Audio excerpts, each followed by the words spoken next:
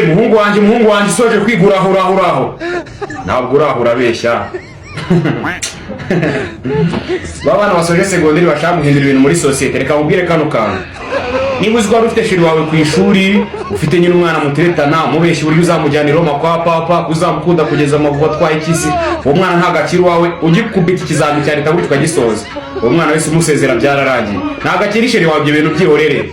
Uwo mukobwa mwiganye muteretana mwumva ibintu ari bon, agiye kukuryohana icyo yakikurenga. Ugiye kugerera guhamagara yirebana igiturego kigihungura kizi ko twasoje ibi bintu cyabyihoreye. Nibyo kukubyumvishe neza uzabyihorera. Uwo mwana ntagakiri wawe mureke bagusubire muri segonderi gutereta utundi twana nyine mu ngano. Umukobwa asoje kuga ntabwo abakiri wawe, niba uzi gushaka kumwirukaho byararangiye ubu ngubu. Niba utaramufatiye ku ishuri ntandi hantu uzamufatira. Cyakora niyo muri no gukundana ariko kubeshya muri gukundana ba amezi abiri ntabwo muzaba mugikundana. Ngo mbizi gute? Byihorere ndabizi cyane.